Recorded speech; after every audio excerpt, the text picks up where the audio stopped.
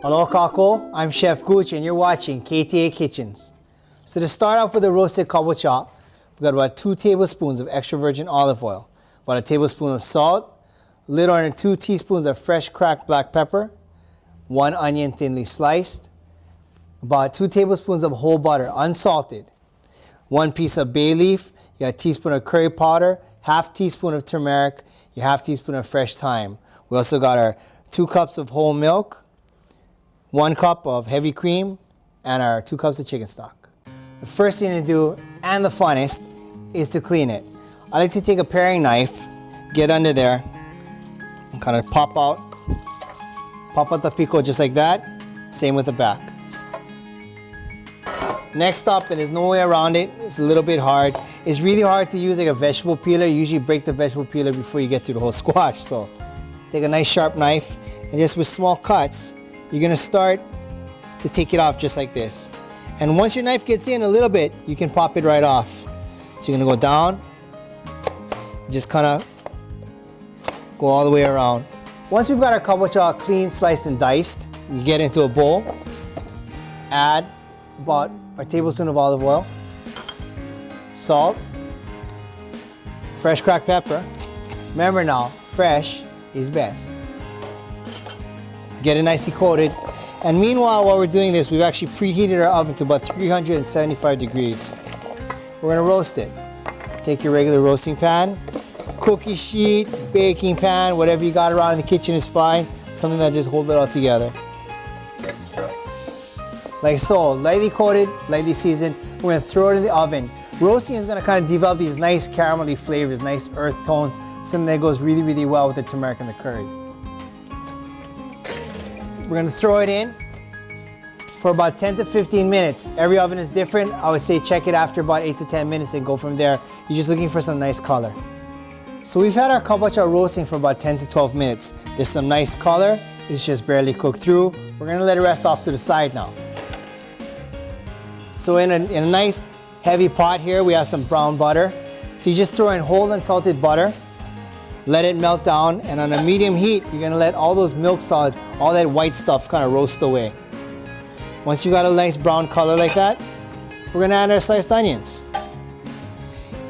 So now that we've got our kabocha resting off to the side, in a nice heavy pot here, we added our whole unsalted butter, melted it down, and on a really medium heat, kind of let it brown up and develop. Once we've done that, we went ahead, we put in our onions. We're gonna let that soften up and brown as well. So once we've got our onions and our butter, everything nice, lightly brown and happy, we're gonna go ahead and add our roasted kabocha at this point. Vegetable soups are really nice. They're really simple, really fast to put together. Now we're gonna have our bay leaf, our herbs, our turmeric, our curry powder. Go ahead and mix that up. At this point, you should be able to kind of like smell it. Can you smell it? I can smell it. Can you smell it? Get that up. Let those spices warm up a little bit, kind of toast up. All the oils are gonna start to come out. We're gonna let those flavors develop. Go ahead, we're gonna hit it with our chicken stock.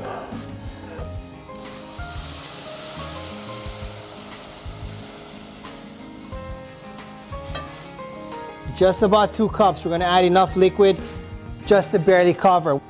So it's been about 15 to 20 minutes right now. Squash is cooked through. All the spices, all the flavors have kind of mingled and developed. We're getting ready to process it. Now, we add our milk and our cream afterwards because what happens is if you throw it in a blender and you buzz it up, sometimes you run the risk of curdling it, and that's kind of nasty. We're looking for a roasted kabocha soup, not roasted kabocha cottage cheese. Make sure you take care of your bay leaf. Throw it out. Now it's really important, blender safety. One is, we always tell our cooks that when they plug it in, especially this bad boy like this, make sure it's off. And whenever you blend, unless you're making a margarita, you never want it to go more than halfway for safety's sake. This is hot stuff, you can get burned, kitchen can get messy, it's nasty. So, I mean, it's really nice right there. The flavors, the smells, all reminds me of fall. Well, I mean, fall in New York at least. You know, Don't smell KTA radio tower or anything like that, but. So there we go. Get it all in there. Once again, it's a small enough batch. It's not more than halfway, we're good to go.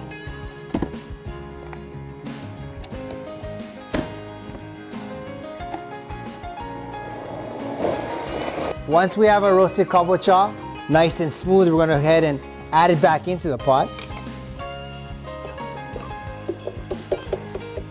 Nice and silky smooth.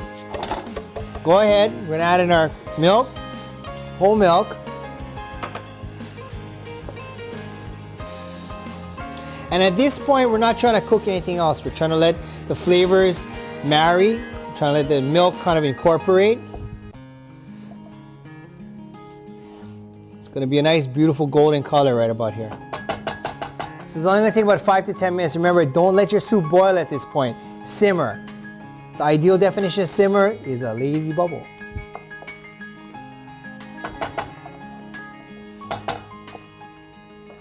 So once we've had our soup going for about 10 minutes, it's time to finish it off right now. At that point, the salt we tasted a little bit earlier was really nice. Pepper, the heat, everything was really good. We're gonna finish it with the gold here, some heavy cream. This is the good stuff. Look at that. Ooh. So one of the best things about living on a Big Island is some of the really, really good cheese. We got some Big Island goat cheese going on right now. Nice and softened. I kind of left it out for a few hours. Just kind of whisked it around. Now we're gonna fold in some heavy cream. And what we're making right there is sort of like a fresh Chevre mousse, or like a stiff yogurt, if you will. We're gonna season it with just a pinch of salt. You don't wanna make it salty. Some fresh cracked pepper. Once we've got our heavy cream and our goat cheese folded in together, we're gonna toss in some fresh torn mint. Mint and goat cheese. It's meant to be, baby. Oh, thank God I cook, right? So last off, that's it. A little bit on top. So once again, this is Flavors of Fall. It's a roasted kabocha soup with a goat cheese puree. My name is Chef Gooch, and you've been watching KTA Kitchens. Thanks.